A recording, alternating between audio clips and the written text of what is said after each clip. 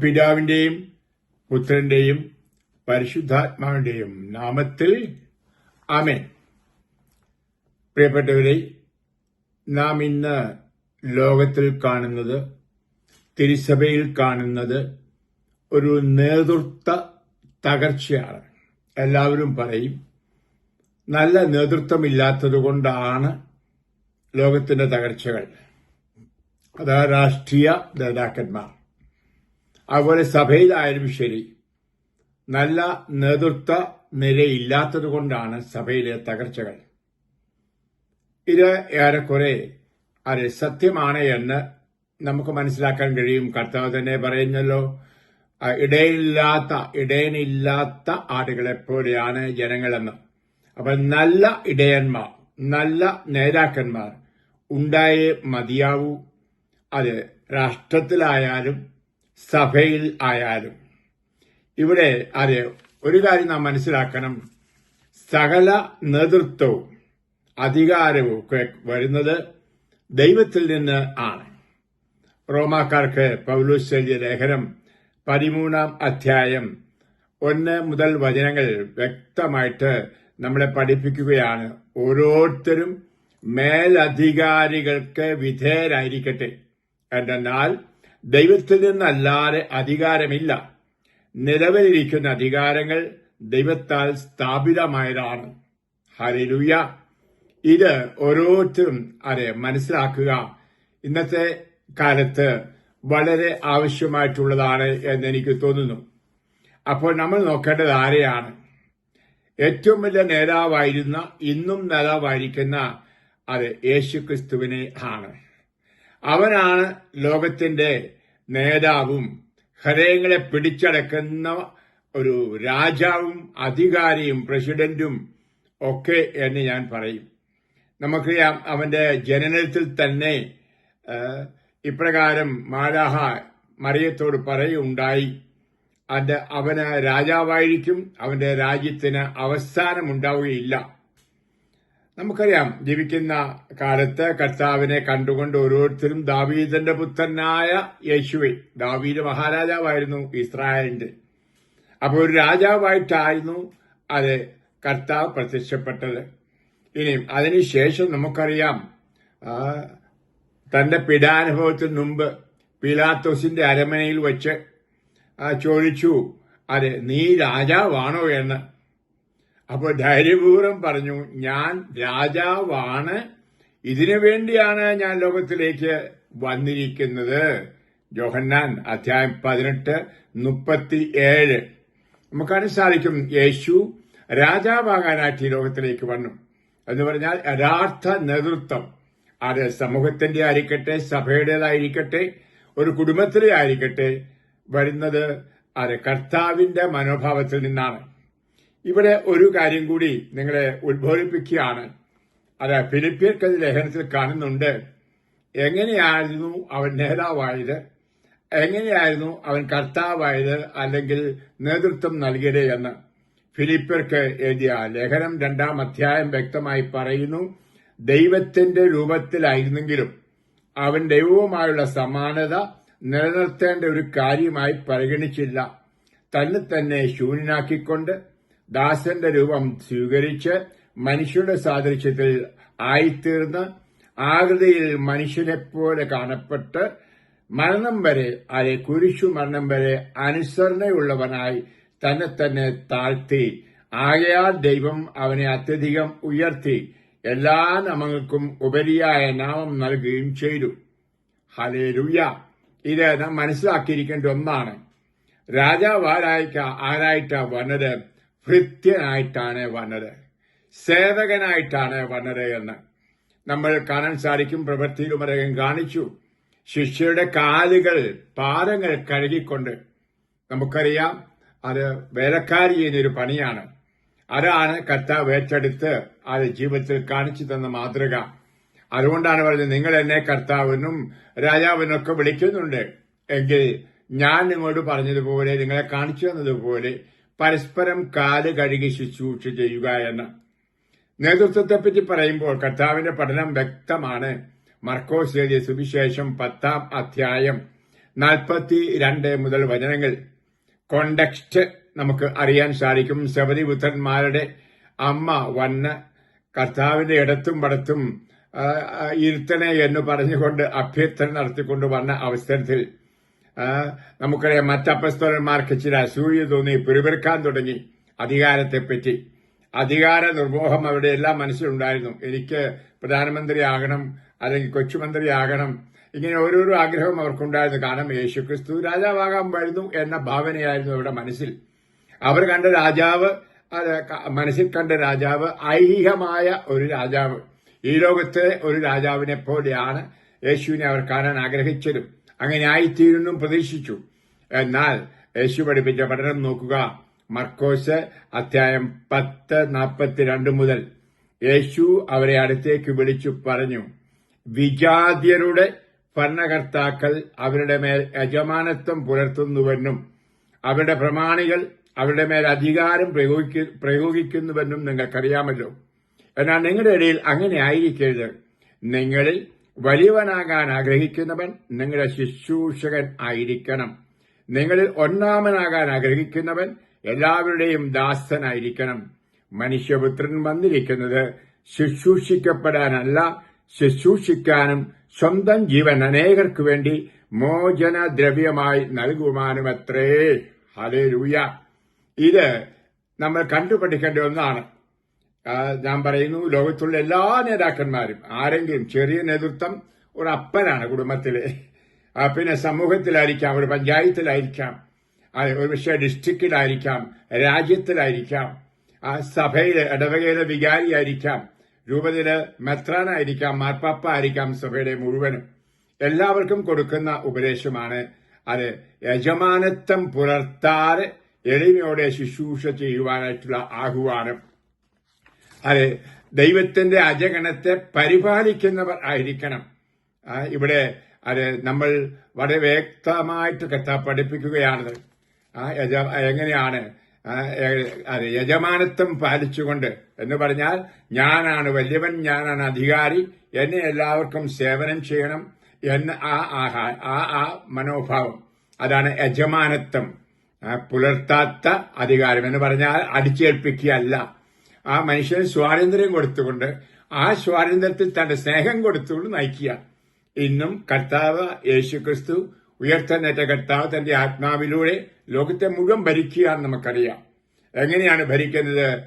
ഇങ്ങനെ യജമാനത്വം അടുപ്പിച്ചേൽപ്പിച്ചുകൊണ്ടല്ല, മനുഷ്യന്റെ സ്വാതന്ത്ര്യം ബഹുമാനിച്ചുകൊണ്ട്. അതുകൊണ്ടാണ് അത് നമുക്കറിയാൻ സാധിക്കും, കത്തോലിക്കരോ ക്രിസ്ത്യാനികളോ മാത്രമല്ല, ലോകം മുഴുവൻ കർത്താവിനെ, യേശുവിനെ ഇന്നും ഒരു നേതാവായിട്ടാണ് കാണുന്നത്, ജനങ്ങളെ നയിക്കുന്ന ഒരാളായിട്ടും. അപ്പൊ നായകത്വത്തിന്റെ, നേതൃത്വത്തിന്റെ ഒരു വലിയ മാതൃക അവനെ കാണാൻ സാധിക്കും. പിന്നെ നമ്മളിപ്പോൾ കേട്ടതനുസരിച്ച് ആരായിരിക്കണം നേതാവ്? ശുശ്രൂഷ കൊടുക്കുന്നവൻ. നമുക്കറിയാം, പണ്ട് കാലത്തൊക്കെ ഒരു യുദ്ധത്തിന് പോകുന്നത്, രാജാവ് പോകുന്നത് മിന്നലായിരുന്നു. അപ്പോൾ വെടികൊണ്ടാൽ ആദ്യം മരിക്കുന്നത് രാജാവായിരുന്നു. അതോടെ തോറ്റു. ഇന്നതാണോ?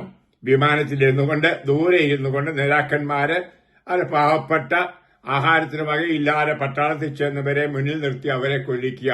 അതാണ് അത് യുദ്ധമെന്ന് പറയുന്നത്. അപ്പോൾ നേതൃത്വത്തിൽ ഇരിക്കുന്നവർ സുരക്ഷിതരായിട്ട് കഴിയുക, എല്ലാവിധ സുഖലോലുപതയിലും കഴിയുക, പ്രജകളെ ഞെരുക്കുക, അവരിൽ നിന്ന് ഒരു പക്ഷെങ്കിൽ നികുതി പിരിക്കുക, അതും അമിതമായിട്ടും. അതെല്ലാം സ്വാർത്ഥതയ്ക്ക് വേണ്ടി ചെലവഴിക്കുക, കുടുംബത്തിനു വേണ്ടി, പാർട്ടിക്ക് വേണ്ടി, അല്ലെങ്കിൽ സ്വന്തം വീടിന് വേണ്ടിയിട്ട്. അങ്ങനെയുള്ള അച്ഛന്മാരും മെത്രാന്മാരും പോലും ഉണ്ട് എന്ന് സമ്മതിക്കാതിരിക്കത്തില്ല.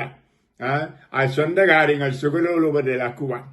എന്നാൽ യേശുവിനെ പോലെ ആ പുൽക്കൂട്ടിൽ പിറന്ന് നമുക്കറിയാൻ സാധിക്കും, ലോകത്തിന്റെ അധിപനായ സൃഷ്ടാവായ അവിടുന്ന് നമുക്കറിയാം ഒരു തെണ്ടിയെപ്പോലെ, തെരുവ് തണ്ടിയെപ്പോലെ നടക്കുകയാണ്. ആളുകൾക്ക് ശുശ്രൂഷ കൊടുത്തുകൊണ്ട് വചനം പ്രഘോഷിച്ച് നല്ല വഴിയിലേക്ക് മനുഷ്യനെ നയിക്കുന്നു. മാത്രമല്ല, നമുക്ക് രോഗശാന്തി കൊടുക്കുന്നു, പിശാചിൽ നിന്ന് വിമുക്തി കൊടുക്കുന്നു, അനുഗ്രഹങ്ങൾ കൊടുക്കുന്നു, ശിശുക്കളെ അടുത്ത് വിളിച്ച് ആശീർവദിക്കുന്നു, ഭവനങ്ങളിൽ പോയി അവരെ ആശ്വസിപ്പിക്കുന്നു, വേദനയോടെ മരിച്ചുപോയ ആളുകളുടെ അടുക്കൽ ചെന്ന് അവരെ ആശ്വസിപ്പിക്കുന്നതെല്ലാം കാണാൻ സാധിക്കുന്നുണ്ട്. ഇനി ഈ ലോകം മുഴുവന്റെയും സ്വത്ത് കയ്യിലുണ്ടായിട്ടും നമുക്കറിയാം വഴിവക്കീലെ ഗോതമ്പുമണിയൊക്കെ പറിച്ച് കടിച്ചിരുന്ന് നടന്നത്. തനിക്ക് കിട്ടുന്ന എല്ലാം സംഭാവനകളും മറ്റുള്ളവർക്കായിട്ട് വിതരണം ചെയ്തു. നമുക്കറിയാം ആ ജൂദാസ് ഒറ്റിക്കൊടുക്കാനായിട്ട് പോയപ്പോൾ നീ പോകാൻ ഉദ്ദേശിച്ച കാര്യം ചെയ്യുക എന്ന് കർത്താവ് അവസാനത്തെ അത്താഴത്തിൽ വെച്ച് പറഞ്ഞപ്പോൾ കൂടെ ഉണ്ടായിരുന്ന ശിഷ്യന്മാർ ഓർത്തത് പാവങ്ങൾക്ക് വല്ലതും കൊടുക്കാനായിട്ട് അവരെ പറഞ്ഞയച്ചതാണ് എന്ന്.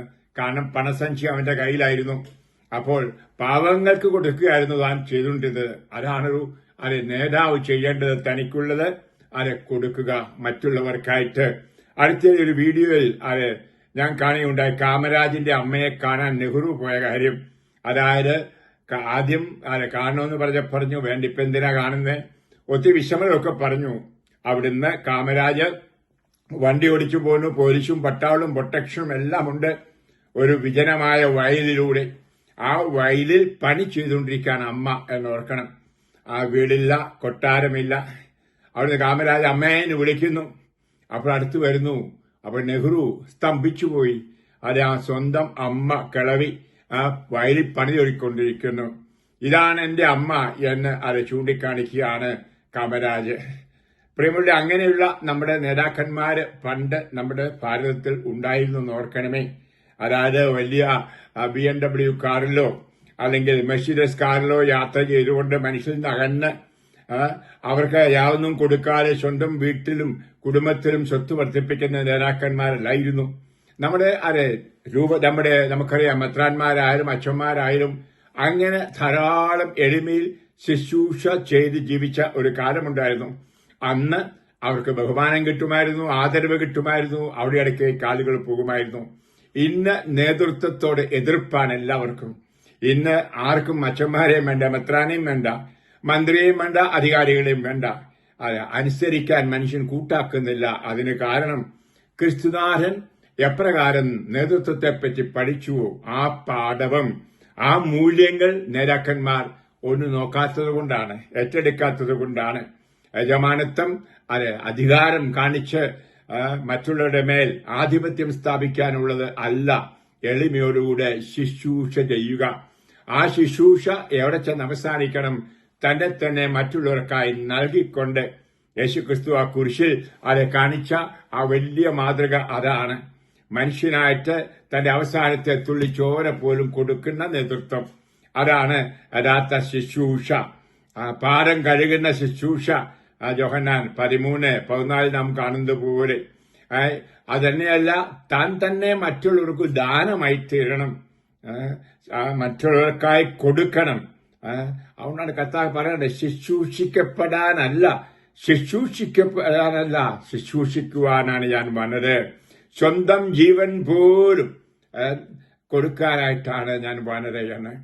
പ്രിയപ്പെട്ടവരെ, ഇന്ന് എല്ലാ അധികാരത്തിലിരിക്കുന്നവരും മനസ്സിലാക്കാൻ ശ്രമിച്ചാൽ നന്നായിരിക്കും. യേശുക്രിസ്തു വന്നത് ക്രിസ്ത്യാനികൾക്ക് വേണ്ടിയോ തിരുസഭയ്ക്ക് വേണ്ടിയോ മാത്രമല്ല, ലോകത്തിന് മുഴുവൻ വേണ്ടി ആണല്ലോ.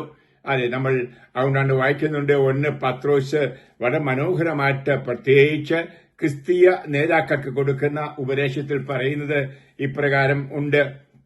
അതായത് വളരെ മനോഹരമായിട്ട് അവതരിപ്പിക്കുന്ന ഒരു ഭാഗമാണ് പത്രോസിഹായിൽ കാണുന്നത്. പത്രോസ് 5-ാം അധ്യായം.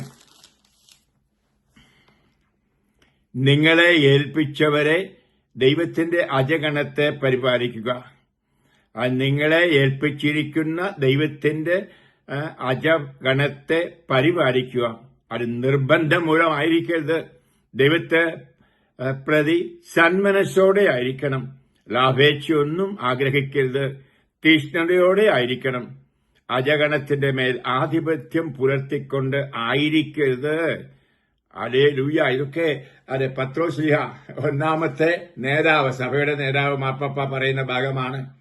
ഇതൊക്കെ നമ്മുടെ മെത്രാന്മാരും അച്ഛന്മാരും അധികാരത്തിലിരിക്കുന്നവരൊക്കെ ഒന്ന് വായിച്ചും മനസ്സിലാക്കി ഹൃദയസ്ഥമാക്കി ജീവിതത്തിൽ പകർത്തിയിരുന്നെങ്കിൽ ഇന്നത്തെ സഭയിലെ തകർച്ചകൾ ഉണ്ടാവുകയില്ലായിരുന്നു, ഇനിയും ഒട്ടുണ്ടാവുകയുമില്ല. അതുപോലെ തന്നെ നമ്മുടെ രാഷ്ട്രത്തിലായാലും ശരി. പക്ഷെ രാഷ്ട്രീയ നേതാക്കന്മാര് എല്ലാവരും ഒന്നും ക്രിസ്ത്യാനികളല്ലാത്തതുകൊണ്ട് ദൈവത്തിന്റെ വചനം ശ്രദ്ധിച്ചെന്ന് വരില്ല. എന്നാലും അങ്ങനെയുള്ളവരെ കാണാൻ സാധിക്കുന്നുണ്ട് നമ്മുടെ ഭാരതത്തിൽ പോലും. ഞാൻ എടുത്ത് പറയുന്നില്ല. ക്രിസ്തീയ നല്ല അംശങ്ങൾ ക്രിസ്തുവിന്റെ പഠനങ്ങൾ സ്വാംശീകരിച്ചുകൊണ്ട് ക്രിസ്തീയ മൂല്യങ്ങൾ അനുസരിച്ച് ഉള്ള നേതാക്കന്മാർ ഇന്നും നമ്മുടെ ഭാരതത്തിൽ ഉണ്ടേ, മറക്കരുത്. ഒരുപക്ഷെ ഇല്ലാതെ പോയത് ക്രിസ്ത്യൻ രാജ്യങ്ങളെന്ന് പറയുന്ന യൂറോപ്പിലായിരിക്കാം നഷ്ടപ്പെട്ടത് ആ നേതൃത്വം, ആ എളിമയുടെ നേതൃത്വം, ശുശ്രൂഷയുടെ നേതൃത്വം നഷ്ടപ്പെട്ടത്. അതിന്റെയൊക്കെ ബലമായിട്ട് സഭയ്ക്ക് തകർച്ച ഒരു പക്ഷെങ്കിൽ ഇവിടെ യൂറോപ്യൻ രാജ്യങ്ങളിൽ ഉണ്ടായത്. ഞാൻ ഇത് ആരെയും വിമർശിക്കാൻ പറയുകയല്ല, അത് എല്ലാവർക്കും ആവശ്യമുള്ളത് ആണ്. ഇവിടെ പറഞ്ഞിരിക്കുന്നു, നോക്കുക, അരാധി ശുശ്രൂഷയൊക്കെ കൊടുക്കുന്ന സന്മനസ്സോടെ ഹൃദയപൂർവ്വം സ്നേഹിച്ചുകൊണ്ട് ദീനാനുകമ്പ കാണിച്ചുകൊണ്ട് അതാണ് യേശുവിന്റെ ഹൃദയത്തിൽ പഠിക്കേണ്ടത്. എവിടെയെല്ലാം ഒരു രോഗിയുണ്ടോ അവരെ ശുശ്രൂഷിക്കുക, പുരയില്ലാത്തവർക്ക് പുര കൊടുക്കുക, അല്ലെങ്കിൽ ഓരോരോ അനുകമ്പയുടെ പ്രവൃത്തികൾ ചെയ്തുകൊണ്ട് പോകുന്ന നേതാക്കന്മാരാണ് ഇന്ന് ആവശ്യം. ഇന്ന് അതിനൊന്നും സമയമില്ല. ഏതോ ആവശ്യത്തിന് വേണ്ടിയിട്ടൊരു പാവപ്പെട്ടവനോ പോയാലോ ഒരു മുട്ടി വിളിച്ചകത്ത് കയറാൻ ഒരു നേതാവിന്റെ അടുക്കലും പറ്റില്ല. നേരത്തെ തന്നെ സെക്രട്ടറിയെ വിളിച്ച് അപ്പോയിന്റ് ചെയ്ത് കിട്ടിയാലായി അപ്പോയിന്റ്മെന്റ്, കിട്ടിയില്ലായി. അത് മെത്രാന്റെ അടുക്കലായാലും മന്ത്രിയുടെ അടുക്കലായാലും ഒക്കെ സാധാരണക്കാർക്കൊന്ന് ചെല്ലാനോ അവരുടെ വേദനകളോ അസ്വസ്ഥതകളോ ഒന്ന് പറയാനോ അത് അജഗണത്തിന് അവസരമില്ല. അവർക്ക് വേണ്ടി ശുശ്രൂഷിക്കപ്പെടാനാണ് ഒരു പക്ഷേ തൊപ്പിയും വെച്ച് കയ്യിൽ മോതിരമൊക്കെ അണിഞ്ഞിരിക്കുന്നത്. ഒരു പക്ഷേ ഞങ്ങളെല്ലാവരും അജപാലകരാണെന്ന് മെത്രാന്മാരും അച്ഛന്മാരും ഒക്കെ പറഞ്ഞേക്കാം. അതുപോലെ നേതാക്കന്മാരായ മന്ത്രിമാരും അതിനു വേണ്ടിയിട്ടാണ് ജനങ്ങളാൽ തെരഞ്ഞെടുക്കപ്പെട്ട് ജനത്തിനു വേണ്ടി ജീവിക്കുന്ന ആളുകൾ ആണ് എന്ന ഭാവമൊക്കെ നടിക്കുന്നത് വോട്ട് പേടിക്കുമ്പോൾ മാത്രം. അതിനുശേഷം യാതൊരു ശുശ്രൂഷയുമില്ലാത്ത ഒരു കാലഘട്ടമാണ്. ഞാനിത് പറയുവാൻ കാരണം, പ്രിയ നേതൃത്വത്തിലിരിക്കുന്ന ആരായാലും ശരി, അതായത് ഒരു വീട്ടിലെ അപ്പം മുതൽ നേതൃത്വത്തിലിരിക്കുന്ന ആയിരക്കണക്കിന്, പതിനായിരക്കണക്കിന്, കോടിക്കണക്കിന് ആളുകളുണ്ട്. എല്ലാവരും ശ്രദ്ധാപൂർവം യേശുവിലേക്കൊന്ന് ഫോക്കസ് ചെയ്യണം. ശ്രദ്ധ യേശുവിൽ നോക്കണം. യേശു എങ്ങനെയാണ് ഒരു നേതാവായി മുന്നോട്ട് പോയത്, ആ നേതൃത്വമായിരിക്കണം അത് സ്വന്തമാക്കേണ്ടത്. അപ്പസ്തോല പ്രവർത്തനം 20:28 പറയുന്ന പോലെ കർത്താവ് സ്വന്തം രക്തത്താൽ നേടിയെടുത്ത ദൈവത്തിന്റെ സഭയെ പരിപാലിക്കാൻ പരിശുദ്ധാത്മാവ് നിയോഗിച്ചിരിക്കുന്ന അജപാലകരാണ് നിങ്ങൾ. അച്ഛന്മാരുടെ മെത്രാന്മാരോടും അപ്പന്മാരോടും പറഞ്ഞിരിക്കുന്നത് ഞാൻ പറയും. അത് നിങ്ങളുടെ മക്കളെ നോക്കുവാൻ പരിശുദ്ധാത്മാവാണ് നിന്നെ അപ്പനായി തെരഞ്ഞെടുത്തത്. അവരല്ല നിങ്ങളെ തെരഞ്ഞെടുത്തത്, പരിശുദ്ധാത്മാവാണ്. അതുകൊണ്ടാണ് അപ്പൻ കള്ളു കുടിക്കാതെ മദ്യപിക്കാതെ മക്കളെ സ്നേഹിച്ച് സേവിച്ച് അവർക്ക് വേണ്ടി ജീവൻ നൽകുന്നവനായി തീരേണ്ടത്. അത് മനസ്സിലാക്കിയിരിക്കണം. അത് വ്യക്തമായിട്ടും പരിശുദ്ധാത്മാവാണ് നിന്നെ അപ്പനാക്കിയത്, അമ്മയാക്കിയത്. പരിശുദ്ധാത്മാവാണ് നിന്നെ ഒരു വൈദികനാക്കിയത്, നിന്നെ ഒരു മെത്രാനാക്കിയത്, നിന്നെ ഒരു മന്ത്രിയാക്കിയത്. ദൈവ വിശ്വാസമുള്ളവർക്ക് ചിന്തിക്കാൻ പറ്റൂ. അതുകൊണ്ട് ഞാൻ പറയും, കമ്മ്യൂണിസ്റ്റുകാർക്ക് ഈ ദൈവവിശ്വാസം ഇല്ലാത്തവർ നേതൃത്വത്തിൽ വരാൻ യോഗ്യരല്ല. ഞാൻ നമ്മുടെ നാട്ടിലെ കമ്മ്യൂണിസത്തെ പറ്റിയല്ല പറയുന്നത്. ലോകത്തിൽ മുഴുവൻ നമുക്കറിയാം എങ്ങനെ കമ്മ്യൂണിസം തകർന്നു, കമ്മ്യൂണിസം ആളുകളെ നശിപ്പിച്ചുവെന്ന്. കാരണം യേശുവിന്റെ മൂല്യങ്ങൾ അവർ പാലിച്ചില്ല എന്നുള്ളതാണ്. നമ്മുടെ കേരളത്തിലൊക്കെ ഇന്ത്യയിലൊക്കെ കമ്മ്യൂണിസ്റ്റുകാരെന്ന് പറഞ്ഞാലും ദൈവവിശ്വാസം ഉള്ളവരാണ്. ഹല്ലേലൂയ. അതുകൊണ്ട് ഞാൻ കേരളത്തിലെ കമ്മ്യൂണിസ്റ്റ് ഗവൺമെന്റിനെ പറ്റിയൊന്നും അല്ല ഇവിടെ വിമർശിക്കുന്നതിനെ തെറ്റിദ്ധരിക്കരുത്. അതായത് ദൈവവിശ്വാസം ഇല്ലാത്ത ഒരാൾക്ക്, അല്ലെങ്കിൽ യേശുവിൽ വിശ്വസിക്കാത്ത ഒരാൾക്ക്, യേശുവിന്റെ മൂല്യങ്ങളിൽ വിശ്വാസമില്ലാത്ത ഒരാൾക്ക് നല്ല നേതൃത്വം കൊടുക്കാൻ കഴിയുകയില്ല. ഹല്ലേലൂയ. നമ്മൾ കണ്ടു കഴിഞ്ഞു, സകല നേതൃത്വവും അധികാരവും വരുന്നത് ദൈവത്തിൽ നിന്നാണ്. എങ്കിലേ ജനങ്ങൾ അനുസരിക്കുകയുള്ളൂ. നമ്മൾ ക്രിസ്ത്യാനികളെ പറ്റി പറയുമ്പോൾ ക്രിസ്തുവിൽ നിന്നാണ്. ക്രിസ്തുവാണല്ലോ അവതരിച്ച ദൈവം. അപ്പോൾ ആ മാതൃക നമുക്ക് കാണുവാൻ ഇടവരണം. അതിന് ഇടവരട്ടെ നമുക്ക് പ്രാർത്ഥിക്കാം. നമ്മൾ തിമോത്തിക്ക് എഴുതിയ ലേഖനത്തിന്റെ 1 തിമോത്തി 3 ഇപ്രകാരം എഴുതപ്പെട്ടിരിക്കുന്നത് നമുക്ക് വായിക്കാൻ സാധിക്കും. അധികാരത്തെപ്പറ്റി തന്നെ ആണ് അവിടെയും പറഞ്ഞിരിക്കുന്നത്. തിമോത്തിക്ക് എഴുതിയ ലേഖനത്തിന്റെ 1 അവിടെ മെത്രാന്മാരെ പറ്റി പ്രത്യേകം എടുത്തു പറഞ്ഞിരിക്കുന്ന ഭാഗമാണ്. മെത്രാൻ ആരോപണങ്ങൾക്ക് അതീതനും ഏകഭാര്യയുടെ ഭർത്താവും സംയമനും വിവേകിയും അച്ചടക്കമുള്ളവനും ആതിഥ്യ സംസ്കാരപ്രിയനും യോഗ്യനായ പ്രബോധകനുമായിരിക്കണം. അന്നൊക്കെ മെത്രാന്മാരെ കല്യാണം കഴിക്കുക എന്നതുകൊണ്ടാണ് അത് പറഞ്ഞിരിക്കുന്നത്. ഓക്കെ, അവൻ മദ്യാസക്തനോ അക്രമപ്രവണതയുള്ളവനോ ആയിരിക്കരുത്. സൗമ്യശീലനും കലഹിക്കാത്തവനും അത്യാഗ്രഹമില്ലാത്തവനുമായിരിക്കണം. ഹല്ലേലൂയ. ഇത് കർത്താവ് അത് കൊടുക്കുന്ന മനോഹരമായ ഉപദേശമാണ്. അധികാരത്തെപ്പറ്റി, അധികാരികളാക്കി നിയമിക്കുന്ന ഡീക്കന്മാരെ പറ്റിയും അതിൽ പറയുന്നുണ്ട്. അതായത് അത് ഗൗരവമുള്ള ഒരു ജോലിയാണ് അധികാരം എന്ന് പറയുന്നത്. അസത്യവാദികളോ മദ്യാസക്തിക്ക് അധീനരോ ഹീനമായ ലാഭേച്ഛയ്ക്കുള്ളവരോ ആയിരിക്കരുത്. അവർ നിർമ്മല മനസ്സാക്ഷിയോടുകൂടെ വിശ്വാസത്തിന്റെ രഹസ്യം സൂക്ഷിക്കുന്നവരാകണം. ആദ്യമേ തന്നെ അവർ പരീക്ഷണ വിധേയരാകണം. കുറ്റമറ്റവരെന്ന് തെളിയുന്ന പക്ഷം അവർ സഭാശുശ്രൂഷ ചെയ്യട്ടെ. ഹല്ലേലൂയ. അപ്പോൾ ഇതൊക്കെ ചിന്തയാണ്. ഏതധികാരമായാലും, ഡീക്കനായാലും അച്ഛനായാലും അപ്പനായാലും അമ്മയായാലും മന്ത്രിയായാലും പഞ്ചായത്ത് മെമ്പറോ പഞ്ചായത്തിന്റെ പ്രസിഡന്റോ ആയാലും ശരി, ആരായാലും ലോകത്തെ നയിക്കാൻ വന്ന യേശുക്രിസ്തുവിന്റെ അരൂപി, അതായത് നേതൃത്വത്തിന്റെ അരൂപി സ്വായത്തമാക്കിയാൽ നമ്മുടെ നാട് നന്നാകും, ലോകം നന്നാകും, സഭ നന്നാകും. ഇന്നത്തെ ഈ ആഭ്യന്തര പ്രശ്നങ്ങളൊക്കെ അതീതമായിട്ട് നിശ്ചയമായിട്ടും സന്തോഷത്തിൽ, സമൃദ്ധിയിൽ, അഭിവൃദ്ധിയിൽ പോകാൻ കഴിയും. ഇന്ന് നമുക്കറിയാം, നമ്മുടെ കേരള സഭയിലായാലും ഈ നേതൃത്വ തകർച്ചയാണ് കാണുന്നത്. പലരും ചൂണ്ടി പറയാറുണ്ട്, പണ്ട് കാലത്ത് നമുക്ക് എത്രയോ നല്ല ദൈവസ്നേഹമുള്ള, എളിമയുള്ള, ആളുകൾ കാലത്ത് ശ്രദ്ധയുള്ള നേതാക്കന്മാരുണ്ടായിരുന്നു. അക്കാലം പോയി എന്ന് ചില ആളുകൾ പറയുന്നുണ്ട്. ഈ ഡെമോക്രസി വരുന്നതിന് മുമ്പ് രാജാക്കന്മാരുടെ ഭരണകാലത്ത് മനുഷ്യരോട് ഒത്തിരി സ്നേഹവും അവരുടെ ഇടയിലേക്ക് ഇറങ്ങി പ്രവർത്തിക്കുന്ന എത്രയോ രാജാക്കന്മാരുണ്ടായിരുന്നു. ആ രാജഭരണം തന്നെയായിരുന്നു നല്ലത് എന്ന് പറയുന്ന ധാരാളം പേരെ യൂറോപ്പിലും കണ്ടുമുട്ടാൻ സാധിക്കുന്നുണ്ട്. പ്രിയപ്പെട്ടവരൊക്കെ നേതൃത്വം നല്ലതും തിന്മയുള്ളതുമായി തീരാൻ കഴിയും. നന്മയുള്ളത് വരുന്നത് ദൈവത്തിൽ നിന്നാണ്, യേശുവിൽ നിന്നാണ്.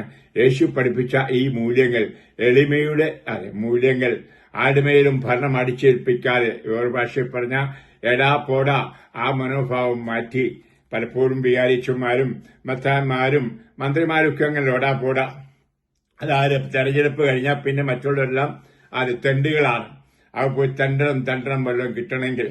എന്നാ ഓർക്കണം, ഇവൻ ഭരിക്കുന്ന ഭരണം നടത്തുന്ന രാജ്യം, അല്ലെങ്കിൽ സംസ്ഥാനം, അല്ല പഞ്ചായത്ത്, വീട്, ഇടവക ദൈവത്തിൻ്റെതാണ്. ഹല്ലേലൂയ. ദൈവം ഏൽപ്പിച്ചിരിക്കുകയാണ്, നിയോഗിച്ചിരിക്കുകയാണ് നിന്നെ നയിക്കുവാൻ. ഇന്ന് നീ ഉണ്ട്, നാളെ ഇല്ല. നിന്റെ അധികാരവും അതുപോലെയാണ്, ഇല്ലാതായി തീരും.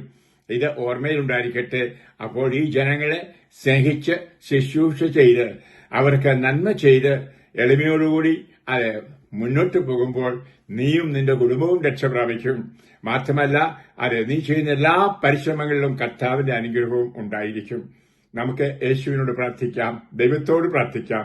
ഞാൻ ഈ വീഡിയോ തരുന്ന ക്രിസ്ത്യാനികൾക്ക് വേണ്ടി മാത്രമല്ല, ആരെല്ലാമാണോ അധികാരത്തിൽ, യേശുക്രിസ്തു വന്നത് ഞാൻ പറഞ്ഞല്ലോ ക്രിസ്ത്യാനികൾക്ക് വേണ്ടിയല്ല. യേശു ക്രിസ്ത്യാനികളുടെ കുത്തക മാത്രമല്ല, ലോകത്തിന്റെ കുത്തകയാണ്. ലോകത്തിന്റെ നേതാവാണ്, ലോകത്തിന്റെ രാജാവാണ്, ലോകത്തിന്റെ പ്രസിഡന്റാണ്, പ്രൈം മിനിസ്റ്റർ ആണ് എന്ന് ഞാൻ പറയും. അവിടുത്തെ നമുക്ക് ഉറ്റുനോക്കാം. അതിനുവേണ്ടിയാണ് അവൻ മനുഷ്യനായത്. അതിനുവേണ്ടിയാണ് ഇന്നും അരൂപിയിൽ നമ്മോടൊത്ത് വസിക്കുന്നത്. യേശു നമുക്കെല്ലാം മാതൃക തന്നിട്ടുണ്ട്. ഈ മാതൃകയെ അധികാരത്തിലുള്ളവർ എളിമയോടുകൂടി സ്വീകരിച്ച് അങ്ങനെ നല്ല നേതൃത്വം നമ്മുടെ സഭയിലുണ്ടാകട്ടെ, അതുപോലെ നമ്മുടെ ലോകത്തിലുണ്ടാകട്ടെ. ഞാൻ അതിനായി പ്രാർത്ഥിക്കുന്നു. ഈ വചനം അല്ലെങ്കിൽ ഈ വീഡിയോ കേൾക്കുന്നവരും പ്രാർത്ഥിക്കുക. ആദ്യം നമുക്ക് അതേ ചെയ്യാൻ പറ്റൂ, പ്രാർത്ഥിക്കാൻ. പിന്നെ ഏതെല്ലാം രംഗങ്ങളുണ്ടോ അവിടെ നിങ്ങൾ എപ്പോഴെല്ലാം അധികാരത്തിൽ കയറി പറ്റുമോ ഒന്ന് ആലോചിക്കുക. അപ്പോൾ ഈ ക്രൂശിതനായ മറ്റുള്ളവർക്ക് വേണ്ടി സ്വയം അവസാനത്തുള്ളി പോലും ചിന്തിയ രാജാവിനെ ഓർക്കുക. നമുക്കറിയാം, കുരിശുരൂപത്തിന്റെ മുകളിൽ എഴുതിയിട്ടുണ്ട്, യൂതന്മാരുടെ രാജാവായ യേശുക്രിസ്തുവെന്ന്, നസറായനായ യേശുക്രിസ്തുവെന്ന്. രാജാവാകാൻ വന്നു, രാജാവായി മരിച്ചു. രാജാവായി ഇന്നും തന്റെ രാജകീയ ദൗത്യം തുടരുന്നു. സേവനമാണ്, ശുശ്രൂഷയാണ്, തന്നെ പകുത്ത് മറ്റുള്ളവർക്ക് നൽകുന്നതാണ്. ദൈവം നിങ്ങളെ അനുഗ്രഹിക്കട്ടെ. ആർക്കെങ്കിലും ഇത് ഇഷ്ടപ്പെട്ടുവെങ്കിൽ മറ്റുള്ളവർ കൂടി അയച്ചു കൊടുക്കുക. പ്രത്യേകിച്ച് നേതൃത്വത്തിലായിരിക്കുന്നവർക്കൊക്കെ ഞാൻ ഒത്തിരി സ്നേഹത്തോടെ പറയുന്ന ഒന്നാണ്. കണ്ണുകൾ ശാന്തമായി അടച്ച് നമ്മുടെ അധികാരികൾക്ക് വേണ്ടി നമുക്ക് ഒരു നിമിഷം പ്രാർത്ഥിക്കാം. നമുക്കും വിധേയത്തിന്റെ അനുഗ്രഹം തരണമേ എന്ന് പ്രാർത്ഥിക്കാം. നമ്മളെല്ലാം അധികാരത്തിന് കീഴിലാണ്. സകല അധികാരവും ദൈവത്തിൽ നിന്നാണ് എന്ന ബോധ്യവും ഉണ്ടാവട്ടെ. അധികാരികളെ കുറ്റപ്പെടുത്താതെ, മാറ്റി നിർത്താതെ, സ്നേഹിച്ചുകൊണ്ട് അവരുടെ ഒന്നിച്ച് സ്നേഹിച്ച് നമുക്ക് പോകണം. അവിടെ ഒരു കാര്യം മനസ്സിലാക്കണം, ഈ അധികാരികളും മനുഷ്യരാണ്, നമ്മളെപ്പോലെ. അവരും മാംസവും രക്തവും കൊണ്ട് ഉണ്ടാക്കപ്പെട്ടവരാണ്. അവർക്ക് അവരുടെ ബലഹീനതകളും കുറവുകളും കാണും. നേതൃത്വത്തിലേക്ക് അഹങ്കാരത്തോടെ പോകാനും അഹങ്കാരത്തോടെ നോക്കാനും സ്വാർത്ഥതയും ലാഭേച്ഛയൊക്കെ വന്നെന്ന് വരാം. അവരോട് ക്ഷമിക്കുക. അവർ ചെയ്യുന്നത് എന്തെന്ന് അറിയുന്നില്ല. അവർക്ക് നന്മയുണ്ടാകാനും പരിവർത്തനമുണ്ടാകാനും അവർക്ക് വേണ്ടി പ്രാർത്ഥിക്കുക. ഒരിക്കലും അവരെ അധികാരികളെ വെറുക്കരുത്, അവരെ സ്നേഹിക്കണം. നമുക്ക് അധികാരികൾക്ക് കീഴ്പ്പെട്ട് ജീവിക്കുമ്പോഴാണ് ദൈവം നമ്മളെ സ്നേഹിക്കുന്നത്. കാരണം ഇവിടെ കർത്താവ് വചനം കേട്ടവരോരോരുത്തരെയും അങ്ങേ തിരുമാറത്തിൽ അർപ്പിക്കുന്നു. ലോകത്തുള്ള എല്ലാ നേതാക്കന്മാരെയും അർപ്പിക്കുന്നു. ഇന്ന് ലോക നേതാക്കന്മാരുടെ കയ്യിലാണല്ലോ ഈ ലോകത്തിന്റെ എല്ലാ ഐശ്വര്യവും ഭാവിയും നിലനിൽക്കേണ്ടത്. അവർ നല്ല അജപാലകരായി തീരട്ടെ എന്ന് പ്രാർത്ഥിക്കുന്ന യേശുവിനെ പോലെ അധികാരം അടിച്ചേൽപ്പിക്കാതെ, നികുതികൾ അടിച്ചേൽപ്പിക്കാതെ, ആളുകളെ സ്നേഹപൂർവ്വം പരിപാലിച്ച് നന്മയിലേക്ക് അഭിവൃദ്ധിയിലേക്ക് നയിക്കുന്നവരായി തീരുമാനാകട്ടെ എന്ന് പ്രാർത്ഥിക്കുന്നു. അവരുടെ ലാഭേച്ഛയും പണക്കൊതിയും ഒക്കെ എടുത്തു മാറ്റണമേ. അതുപോലെ തന്നെ ഒരു പക്ഷെങ്കിൽ ദിഗ്വിജയായി മറ്റ് രാജ്യങ്ങളെ കീഴടക്കാനുള്ള ആ കീഴടക്ക മനോഭാവം മാറ്റത്തെ. എന്നിട്ട് എളിമയോടുകൂടി മറ്റു രാജ്യങ്ങളെയും സ്നേഹിക്കുകയും ശുശ്രൂഷ ചെയ്യുന്നവരും അങ്ങനെ ഐക്യത്തിലും സ്നേഹത്തിലുമായി യുദ്ധമില്ലാത്ത ഒരു രംഗമുണ്ടാകട്ടെ. കാനോടെ കർത്താവ് അതുപോലെ ഞങ്ങളുടെ സഭയും അർപ്പിക്കുന്നു. മാപ്പാപ്പ മുതൽ എല്ലാ അധികാരികളും കൊച്ചധികാരികളെ വരെ അർപ്പിക്കുന്നു. കർത്താവ് എളിമയുടെ പാഠവും അങ്ങേ ഹൃദയത്തിൽ നിന്ന് ഒപ്പിയെടുക്കുവാൻ അവരെ സഹായിക്കണമെന്ന് പ്രാർത്ഥിക്കുന്നു. ആരും തങ്ങളുടെ പഠനങ്ങളോ തന്റെ രീതികളോ മറ്റുള്ളവരുടെ മേൽ ആധിപത്യം ഉറപ്പിക്കാതെ എല്ലാവരെയും ശുശ്രൂഷിച്ച് എല്ലാവരെയും സ്നേഹിച്ച് ഒരുമയിൽ ഐക്യത്തിൽ കൊണ്ടുപോകാനുള്ള കൃപാവരം ഞങ്ങളുടെ മെത്രാന്മാർക്കും അച്ഛന്മാർക്കും എല്ലാ അധികാരികൾക്കും കൊടുക്കണമെന്ന് ഞങ്ങൾ പ്രാർത്ഥിക്കുകയാണ്.